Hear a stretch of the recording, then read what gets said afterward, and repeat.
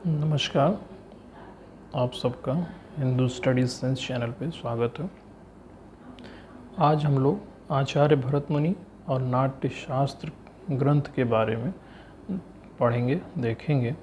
नाट्य शास्त्र भारतीय कला का एक प्राचीन ग्रंथ है जो नाटक, नृत्य, संगीत और अभिनय की नींव रखता है।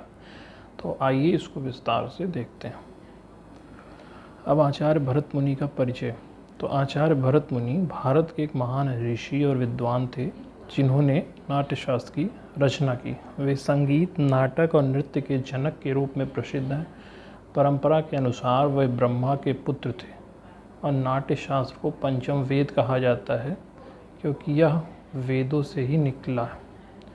इनका समय लगभग 5वीं शताब्दी ईसा पूर्व माना जाता है। नाट्यशास्त्र ग्रंथ के बारे में अब देखते हैं। नाट्यशास्त्र संस्कृत में लिखा गया एक विशाल ग्रंथ है जिसमें लगभग 6000 श्लोक हैं और 36 अध्याय हैं। यह नाटक, नृत्य, संगीत, अभिनय, मंच कला और सौंदर्य शास्त्र पर आधारित है। इसे नाट्य विद्या या कला का विज्ञान कहा जाता है। यह ग्रंथ न केवल कला सिखाता है बल्कि जीवन में भावनाओं और रस को व्यक्त करने का तरीका भी बताता है। शास्त्रीय नृत्य, भरतनाट्यम, कथक आदि की नींव भी इसी के आधार पर रखी गई। अब नाट्यशास्त्र का रचना। नाट्यशास्त्र में 36 अध्याय हैं जो विभिन्न पहलुओं को दर्शाते हैं।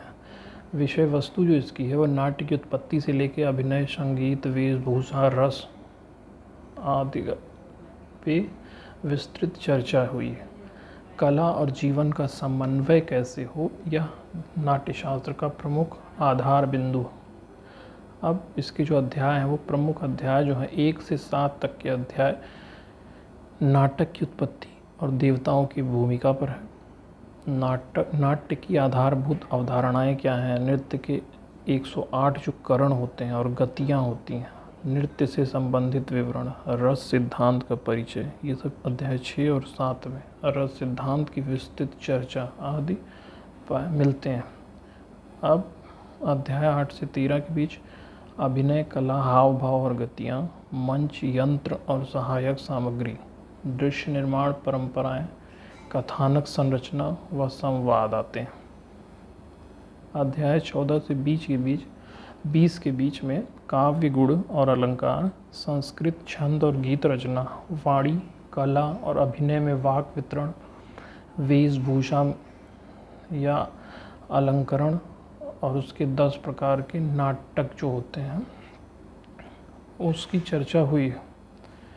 अब जो प्रमुख अध्याय में 21 से 27 आता है उसमें कुछ विवरण तो अनुपलब्ध हैं परंपरागत कला वर्णन से संबंधित।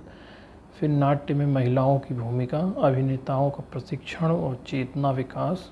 28 से 34 में संगीत के पैमाने, श्रुति, 7 स्वरों के विषय में, गायन व वाद्य यंत्र तकनीकें, 7 प्रकार के गीत व 33 अलंकार। फिर वाद्य यंत्रों के विषय में। अब 35 और 36 में अभिनेताओं का प्रशिक्षण, अभिव्यक्ति तकनीक और नाट्यशास्त्र को वेद के समकक्ष माना गया है, इस पर चर्चा। नाट्यशास्त्र का जो महत्व है वो भारतीय नाट्य और नृत्य का आधार है। रस और भाव की अभिव्यक्ति का शास्त्र कहा जाता है इसे। रंगमंच, संगीत और काव्य का समन्वय इसमें देखने को मिलता है। आज भी भारतीय कला में प्रासंगिक है। आचार्य भरत मुनि भारतीय कला के दर्शन के महान आचार्य हैं। नाट्यशास्त्र कला और जीवन का विज्ञान है। यह ग्रंथ केवल कला का मार्गदर्शक नहीं बल्कि संस्कृति और भावनाओं का दर्पण है। अब ये हमने आपको एक आचार्य भरत मुनि और नाट्यशास्त्र पर ग्रंथ पे उसका परिचय दिया।